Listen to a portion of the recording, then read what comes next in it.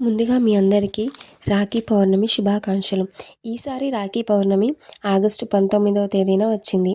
రాఖీ కట్టడానికి సరైన సమయం, రాఖీ ఏ సమయంలో కట్టాలో, భద్రకాలం ఎప్పుడు నుంచి ఎప్పటి వరకు ఉందో అనే విషయాలు ఇప్పుడు మనం తెలుసుకుందాం.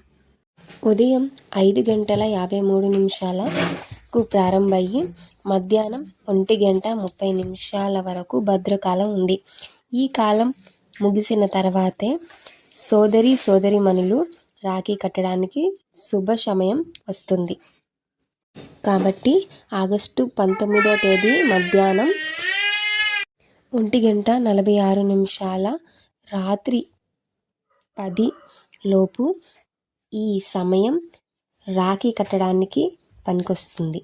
ఈ రోజున సోదరీమణులు రాఖీ కట్టిన తర్వాత వారిని నిండు మనసుతో